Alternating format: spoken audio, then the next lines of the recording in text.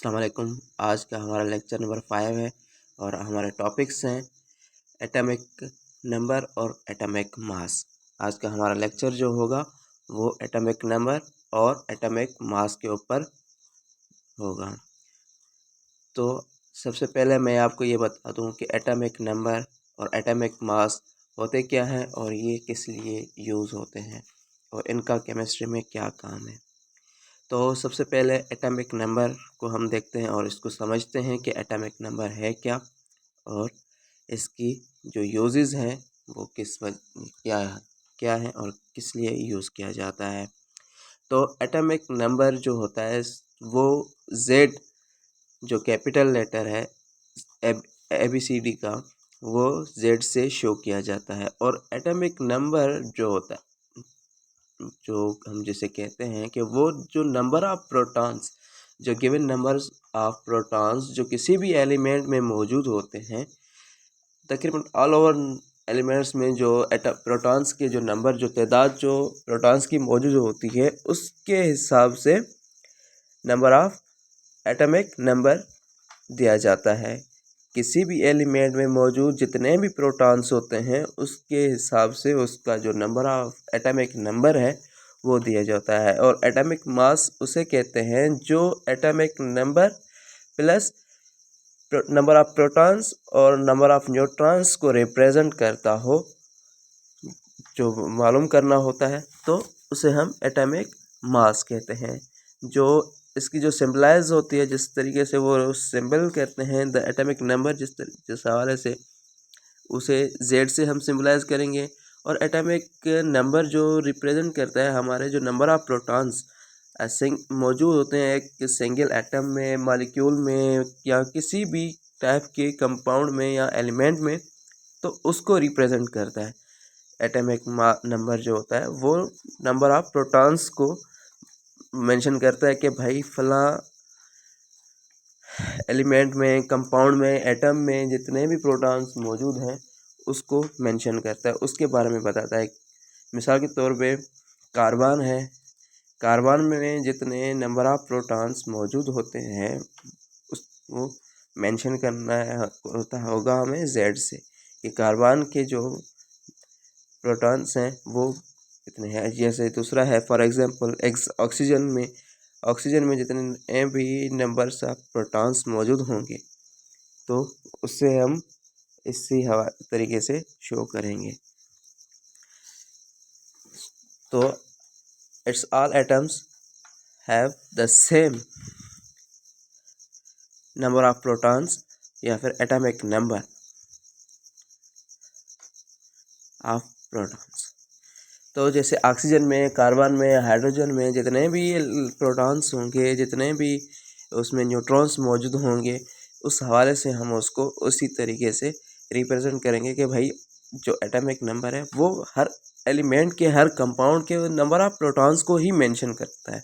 Number of protons को represent करता है कि भाई हर एटम में, हर मॉलिक्यूल में जितने भी मौजूद होते हैं प्रोटॉन्स, उसी में को ही मेंशन करते हैं। इसी तरह एटॉमिक मास जो होता है वो कंसिस्ट करता है नंबर ऑफ प्रोटॉन्स और नंबर ऑफ न्यूट्रॉन्स के ऊपर।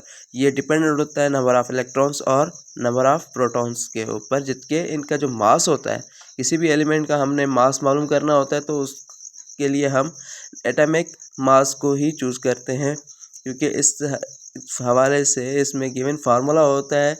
एक फार्मूला होता है A=Z+N। ए जो होता है वो नंबर ऑफ न्यूट्रॉन्स को या फिर नंबर ऑफ एटम्स को मेंशन करता है कि कितने एटम्स हैं और कितने एलिमेंट्स मौजूद हैं उस हवाले से। और जो जेड होता है वो नंबर ऑफ प्रोटॉन्स को मेंशन करता है, जैसे मैंने आपको पहले ही बताया। और जो एन होता है +N वो नंबर ऑफ न्यूट्रॉन्स को मेंशन करता है, नंबर ऑफ न्यूट्रॉन्स को मेंशन करता है कि किस एलिमेंट में कितने न्यूट्रॉन्स मौजूद हैं, किस एटम में, किस मॉलिक्यूल में, या तो कितने एलिमेंट्स जो मौजूद होते हैं, कितने न्यूट्रॉन्स मौजूद हैं, उसको मेंशन करता है कि भाई इस एलिमेंट में, इस कंपाउंड में इतने न्यूट्रॉन्स मौजूद हैं। तो जो एन होता है वो नंबर ऑफ न्यूट्रॉन्स को सिंबलाइज करता है।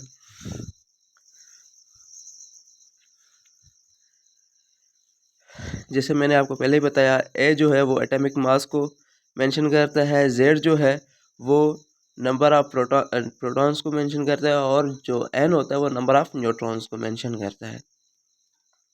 A represents the number of atomic mass of the element, Z number of protons present in the element or compound or XYZ, and N is the represent to the number of neutrons present in the atom।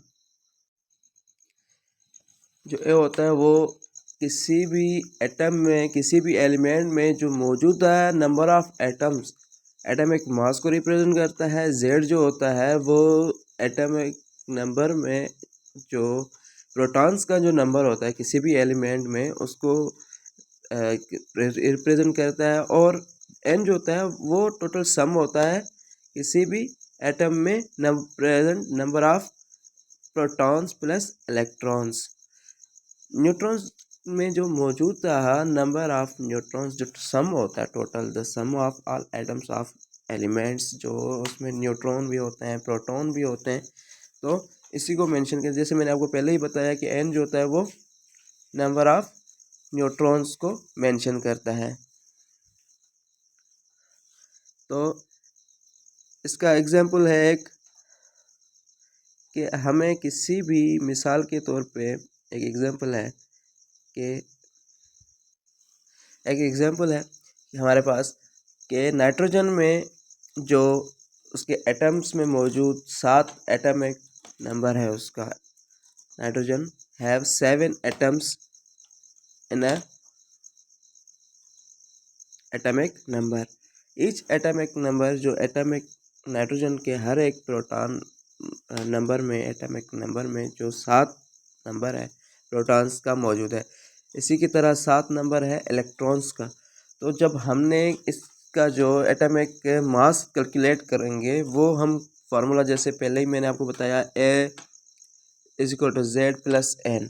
तो इसी की तरह हम जो atomic mass है इसका वो plug करेंगे, A is equal to Z plus N. तो इसमें एटॉमिक नंबर, जो नंबर ऑफ प्रोटॉन्स हमें 7 दिया हुआ है और नंबर ऑफ इलेक्ट्रॉन्स वो भी 7 है, तो हम इन दोनों को कैलकुलेट करेंगे। तो आप लोगों को पता है 7 और 7 कितने होते हैं, 14। तो जो एटॉमिक मास होगा नाइट्रोजन का वो होगा 14। इसी की तरह दूसरा एग्जाम्पल होगा हमारा, तो इसी में यही बता रहा है कि जो नाइट्रोजन में मौजूद नंबर ऑफ प्रोटॉन्स और नंबर ऑफ इलेक्ट्रॉन्स, इनका हमने क्या करना है, इनका सम निकालना है। इन दोनों अददों का, इन दोनों नंबरों का हमने जोड़ करना है, इनको हमने ऐड करना है, एडिशन करनी है। तो हमें ऑटोमेटिक इनका जो किसी भी एलिमेंट का जो एटॉमिक मास होगा वो आराम से पता चल जाएगा। इसी की तरह दूसरा है, if any element have the atomic number of protons 11 and number of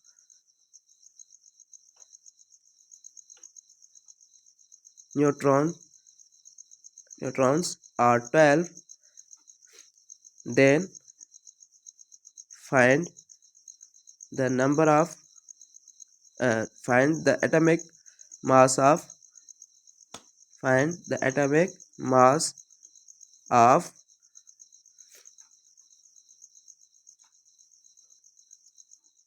and atomic number। तो ये बता रहा है कि एक दूसरा एग्जांपल है कि हमारे पास एक एलिमेंट है जो अननोन एलिमेंट है, उसमें 11 इलेक्ट्रॉन और 11 प्रोटॉन और 12 न्यूट्रॉन है। तो हमने इसका एटॉमिक नंबर प्लस एटॉमिक मास मालूम करना है। तो हम कैसे करेंगे, हमारे पास डेटा होता है जिसको हम कहते हैं कि नंबर ऑफ प्रोटॉन्स, जो हमारे पास नंबर ऑफ प्रोटॉन्स कितने हैं, 11 दिए हुए हैं, और नंबर ऑफ न्यूट्रॉन्स जो है वो कितने हैं, 12। तो हमने इनका सम करना है। वो कैसे करेंगे वो मैं आपको बताता चलता रहा हूँ। 12 नंबर ऑफ न्यूट्रॉन्स हमारे पास 12 है। एज वेल, जैसे ही हमें पता है कि हमारे पास फार्मूला एक दिया हुआ है, A is equal to Z plus N. आप लोगों को पता है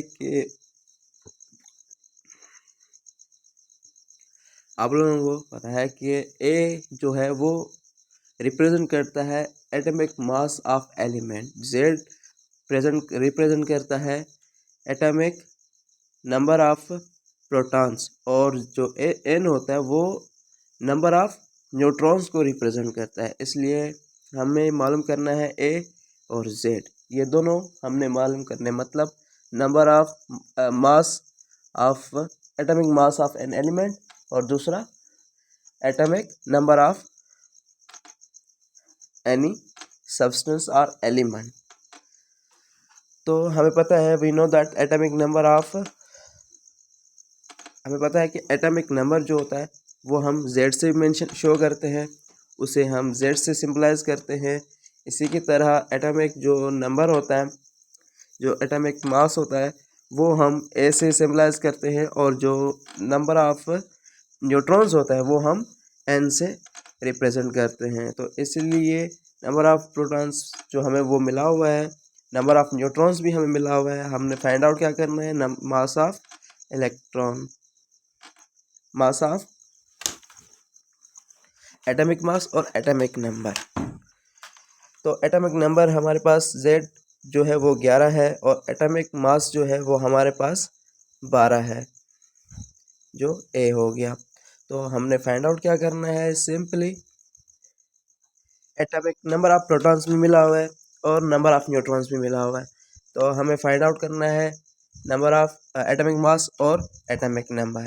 तो नंबर ऑफ प्रोटॉन्स हमारे पास 11 है, और एटॉमिक मास जो है वो हमारे पास फार्मूला होता है कि A+Z+N। A होता है एटॉमिक मास, Z होता है number of protons, and N होता है नंबर ऑफ न्यूट्रॉन्स। तो A=11 + 12, तो टोटल बनता है इनका जो एवरेज मास होता है, एटॉमिक मास, वो होता है 23।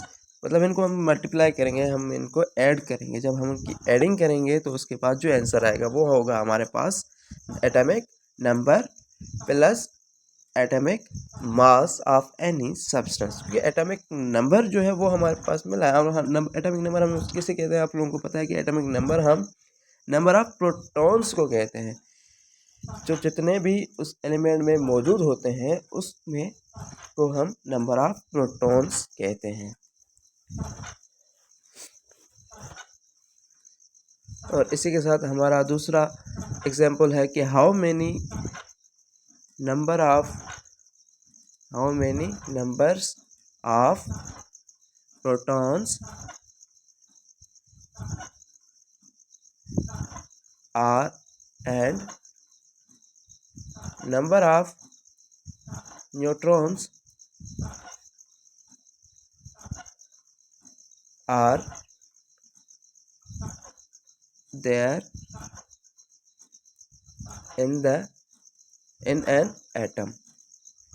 तो हमारे पास दूसरा एग्जाम्पल है कि हमें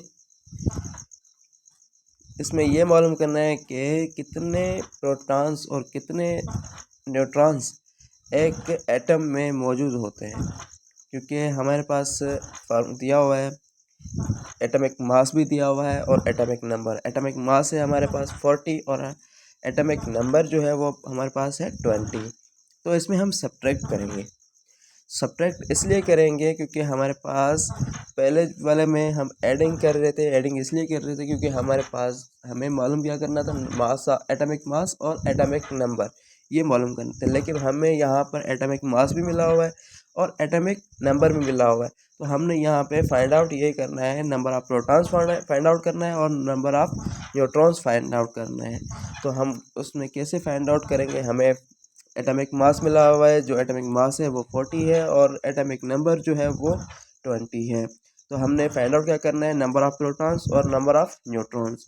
एज वेल हम क्या करेंगे इसमें, एज नंबर ऑफ प्रोटॉन्स जो Z है वो हमारे पास 20 है।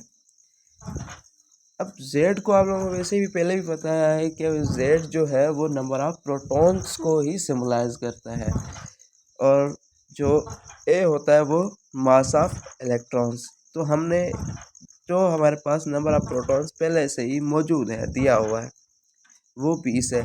तो हमने नंबर ऑफ न्यूट्रॉन्स करने हैं। तो आप लोगों को फार्मूला तो पता है, A = Z + N। अब जब z+n दिया हुआ है तो हमने इसमें सिंपली यही करना है कि हमने इसमें सब्ट्रैक्ट करनी है। सिंपल सब्ट्रैक्ट करेंगे, 40 में से -20 करेंगे तो हमारे पास 20 बच जाएंगे और ये होगा नंबर ऑफ न्यूट्रॉन्स इसमें मौजूदा। किसी भी एटम में मौजूद इसी एटम में मौजूद नंबर ऑफ जो न्यूट्रॉन्स होंगे वो 20 होंगे। तो we have find that the number of neutrons and protons are 20। इसी साथ ये हमारा आज का लेक्चर ख़त्म हुआ। इंशाल्लाह ताला दूसरी वीडियो कल अपलोड होगी और हमारे सब चैनल को ज़्यादा से ज़्यादा लाइक करें, सब्सक्राइब करें एंड